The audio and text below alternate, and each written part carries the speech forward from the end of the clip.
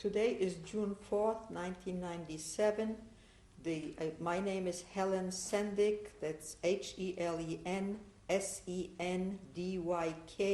I am interviewing Henry Friedensohn, HeNryFriedensohn, in Lauderhill, USA, and the language is English. Okay, my legs are getting tired. Yeah, I thought you wouldn't last a half hour. Okay. Okay. Today is June 4th, 1997. My name is Helen Sendyk, Sendyk. I am interviewing Henry Friedensohn, HeNryFriedensohn, in Lauderhill, Florida, USA, and the language is English.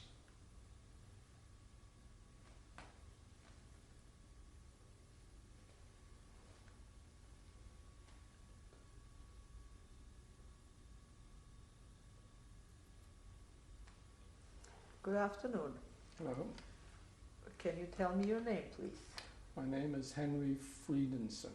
Can you spell it? Sure. Henry is Henry. Friedensohn is spelled Friedensohn.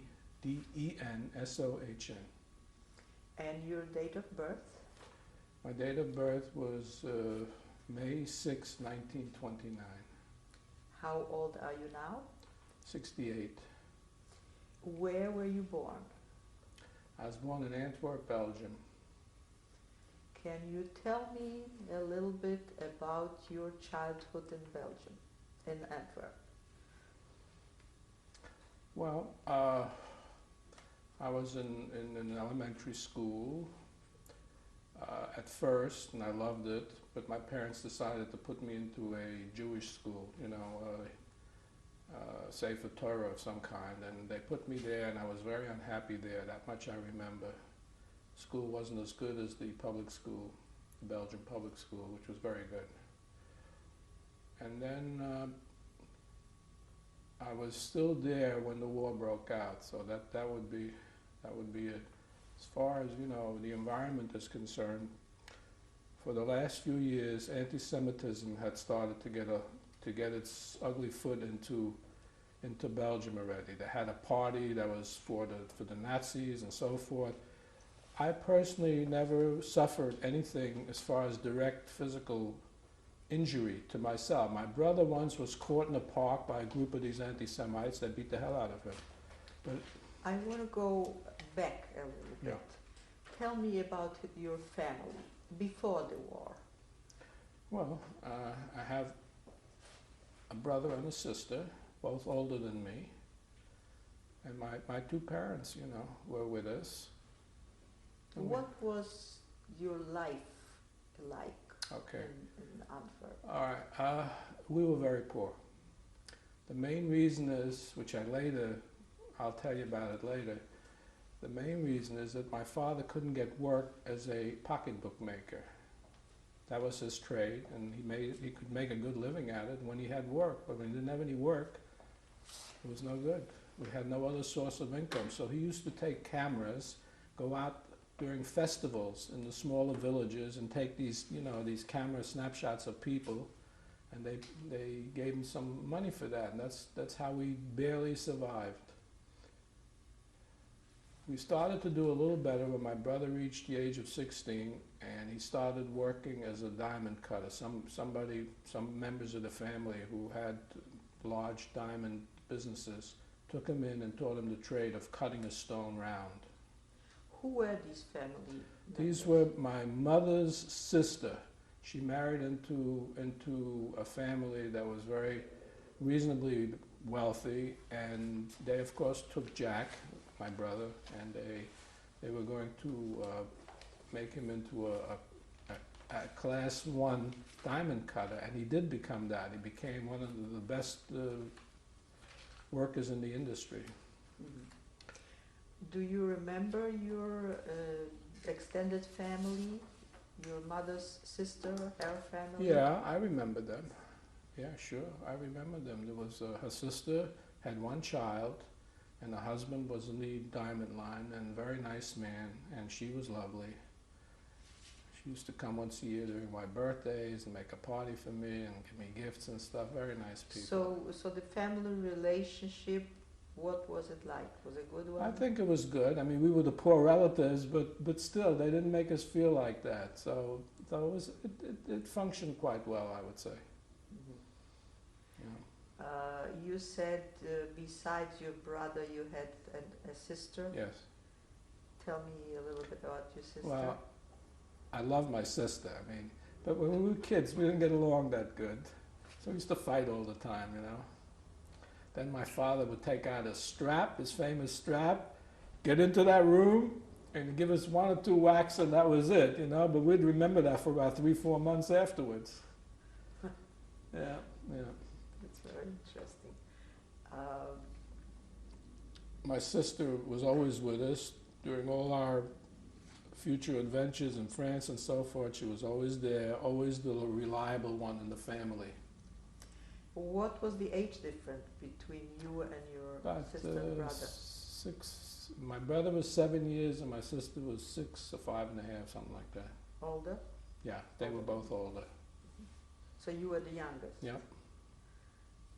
So how was your life compared to the other siblings with your parents? Well, I was the youngest, and I had no responsibilities of any kind, just to help out with the house chores and stuff like that. I had a deep love for my mother, and my father and I did not relate well because he really wasn't there for us. You know, he just wasn't there enough to establish a decent relationship between myself and him. He would come in, he would go away for a few weeks, do his work or whatever. You'd never see the guy, you know. So it was a tough situation. But once he got here, then it straightened out when he had a steady job. Can you tell me a little bit about holiday celebrations or any events in the family? Well, holiday celebrations were the usual Jewish holidays. We all followed it. We went to shul, you know, the usual stuff. And specific celebrations, nothing outstanding that you know that reminds me of anything particular. No. Just the usual family. What thing. about friends? Did you have friends? Well, I had friends my age, sure.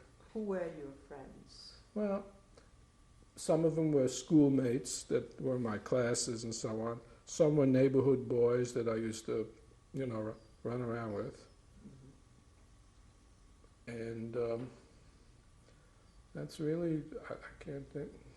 And some of the Jewish school, the Jewish school I made some friends too. How long did you live in Antwerp? Until the war broke out, which was May 10th, 1940. May 10, 1940. 40. Describe to me what happened on that day. Well, it's funny. I woke up maybe 5, 6 o'clock in the morning on May 10th, and I kept hearing noises outside, and I didn't know what it was. So I went downstairs into this little yard, and we looked up, and we saw puffs of white smoke. The sky was filled with puffs of white smoke.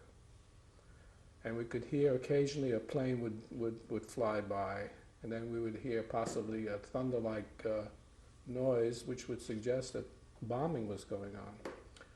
So the Nazis had already advanced into Belgium and started bombing the big cities. They went to Holland, they bombed Rotterdam.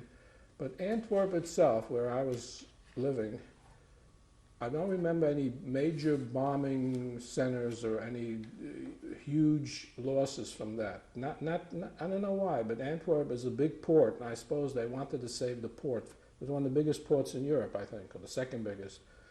And they wanted to save Antwerp for themselves. They didn't want to destroy Antwerp, and that's why we were lucky we didn't get bombed like that. But when did the Germans march in? Okay. Well, they invaded Belgium on the 10th of May, 1940, and within 3 days or 4 days, they had occupied all of Belgium. Even though Belgium, the forces the Belgian forces still kept fighting. They kept retreating towards Dunkirk.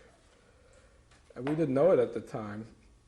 This we found out later. There was a bunch of French troops and the Belgian troops, and the Germans were on their heels, but they stopped at Dunkirk, and some of them got on the boats to go to England, some didn't, some died. Mhm. But what happened to you and your family? Okay. We heard that the Germans had invaded Belgium, and everybody is yelling, "You're Jewish, get out of here because you're going to be in trouble." We didn't believe it, but we did. When you say you heard, Talk among each other, you know, about the Right. neighbors, and everybody says, "Leave Antwerp, leave Antwerp." but what did you see, though? Didn't see anything yet. The Germans hadn't arrived into the city yet. We're talking about right after the day of invasion. There was 2 or 3 days that we hesitated. My father didn't want to go. Finally, he decided we should go. There's just too many rumors going around that the Germans are going to have trouble with us, you know, or we'll have trouble with them. So, okay, so we decided to take the train from Antwerp to Brussels. So we packed all our bags, put whatever we could away, ran up the major staircase to the you know, the place where all the trains are lined up. And we were told there's one train left, there's no more trains after this. If you're lucky, you'll get on it. So we schlepped, and I had my grandfather and grandmother with me. The whole family went.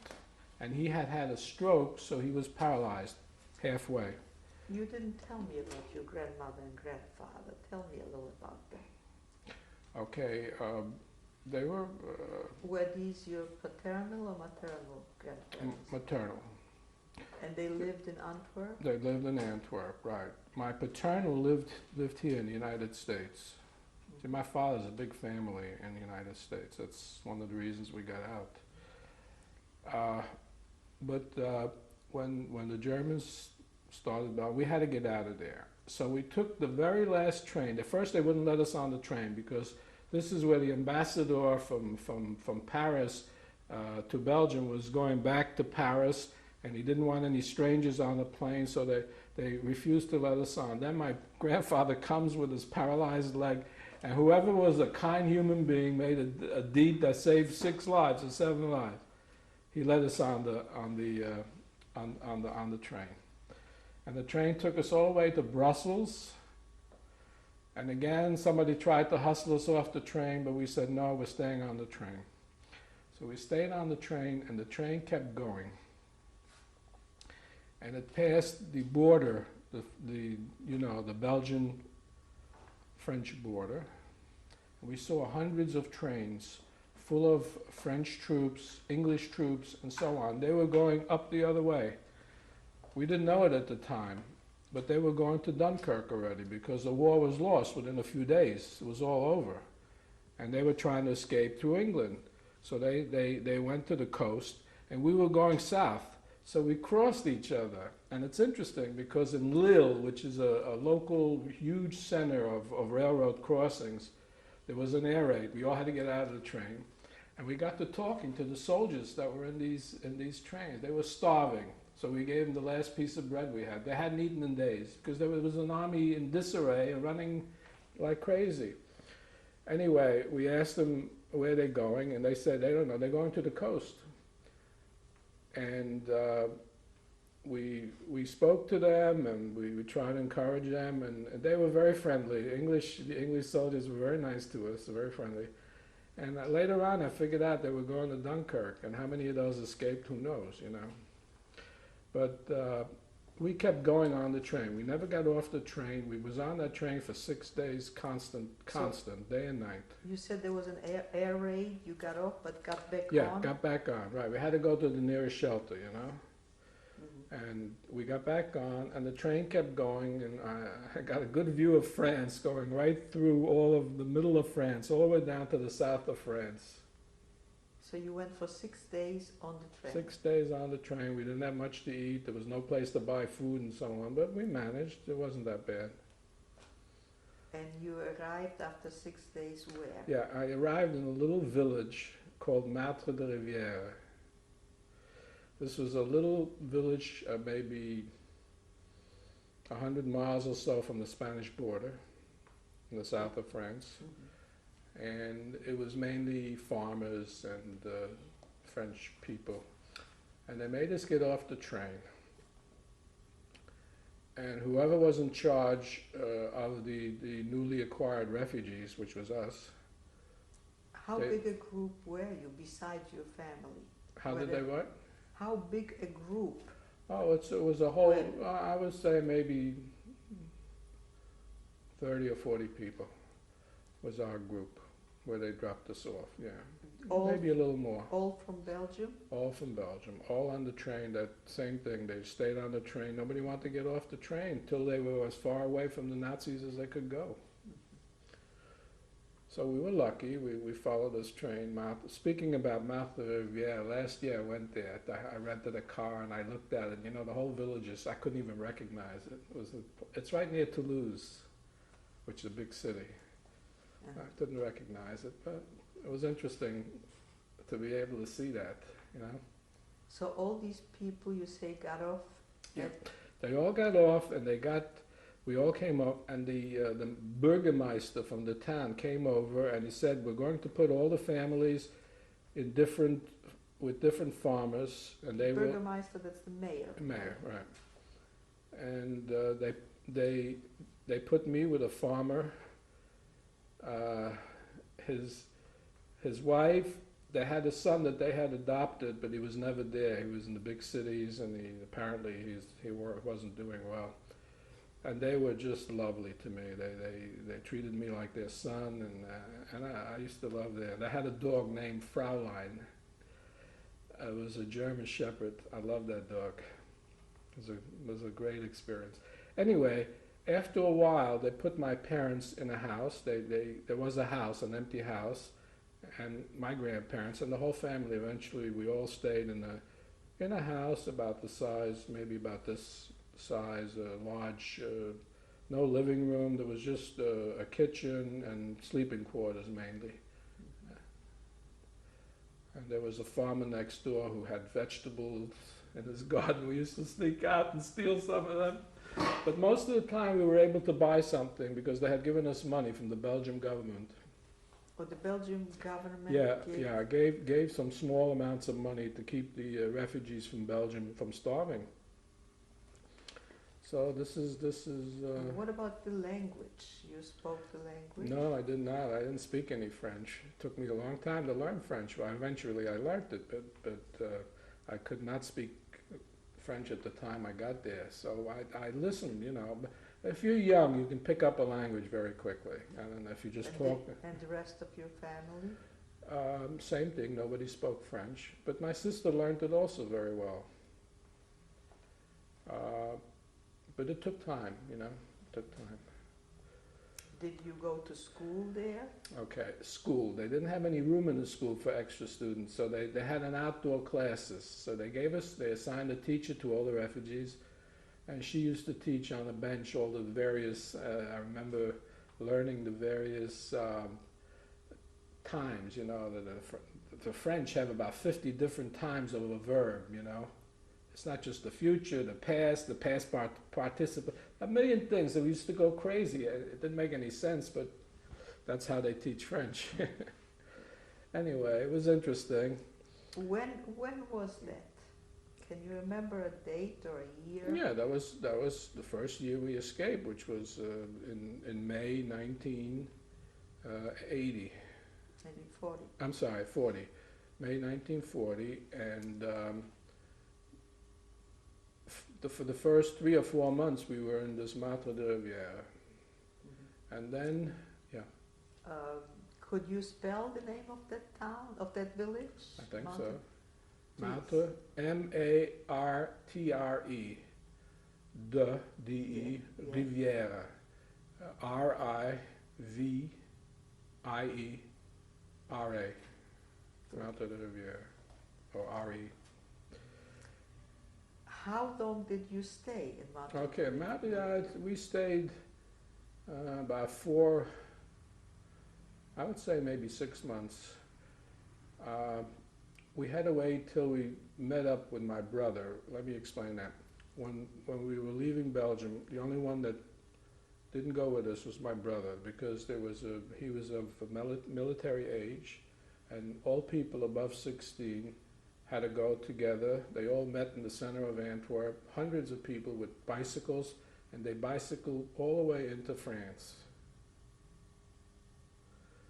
Because they knew if the Nazis see them, young military age people, they're going to cause trouble. So they had to do this by group. Somehow my Was that organized by somebody? well, it wasn't organized. It was half organized. It's supposed to be. He went with a bunch of his friends.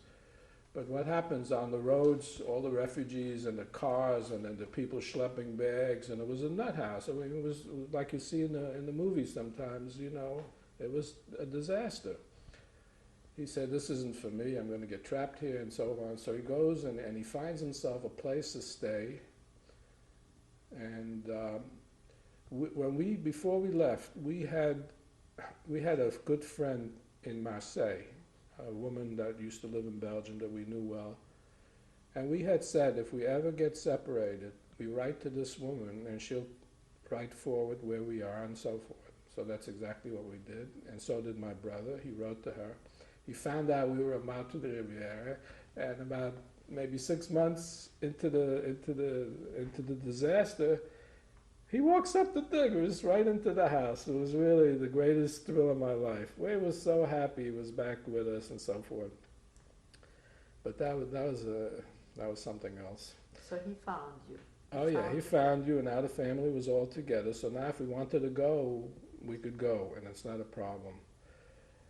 Meanwhile, I think we started to hear rumors that they're going to put us into camps. Okay.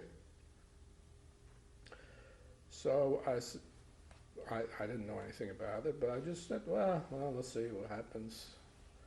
I'll be adventurer. So one day they came out with a definite order.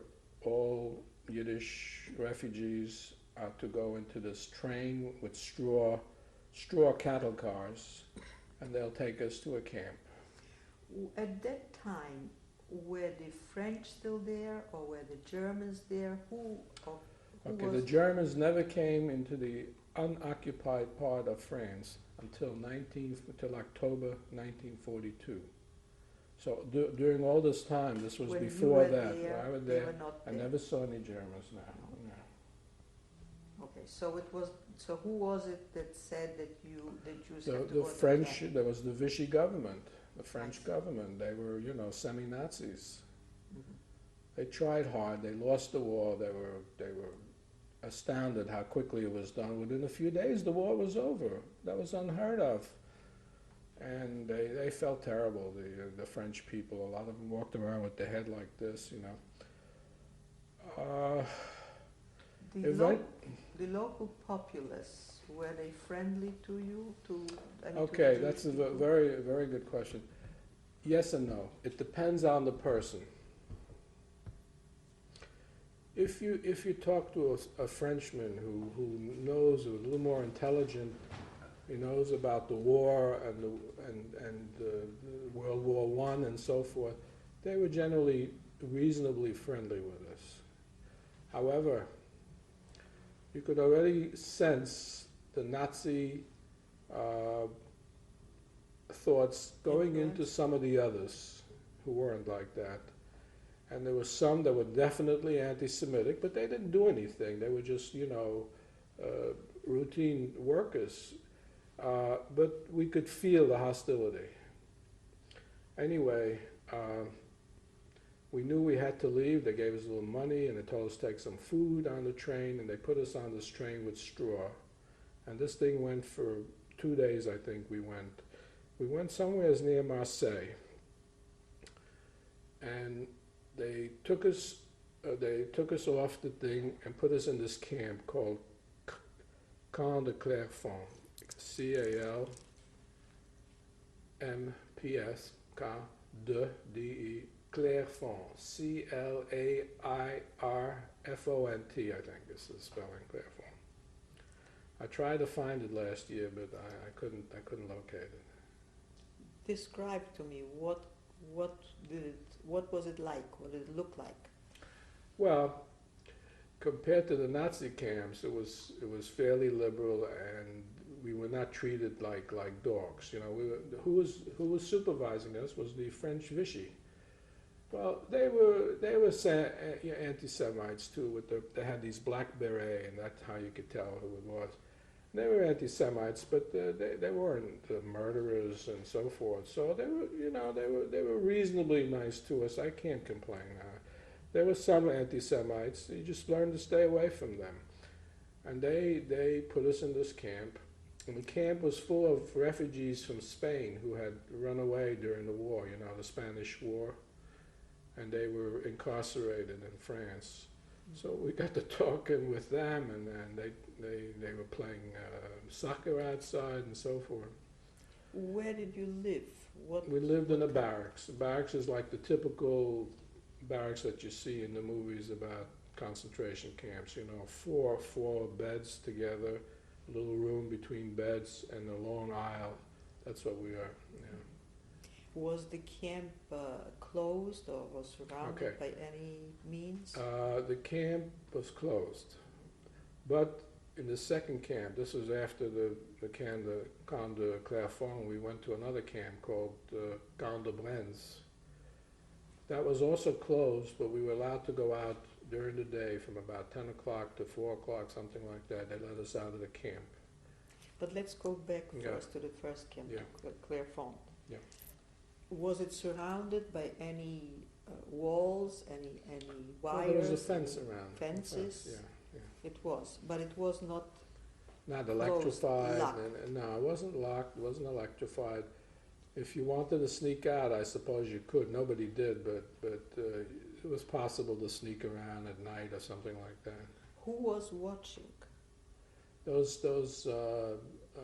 Vichyites with the black berets, those are the certain kind of policemen, semi-policemen, they called it in France.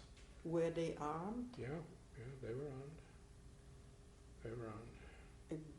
Did it ever happen that somebody went out and was caught, or tried to escape? Yeah, but they wouldn't shoot him or anything like that. These were the French, and they didn't shoot.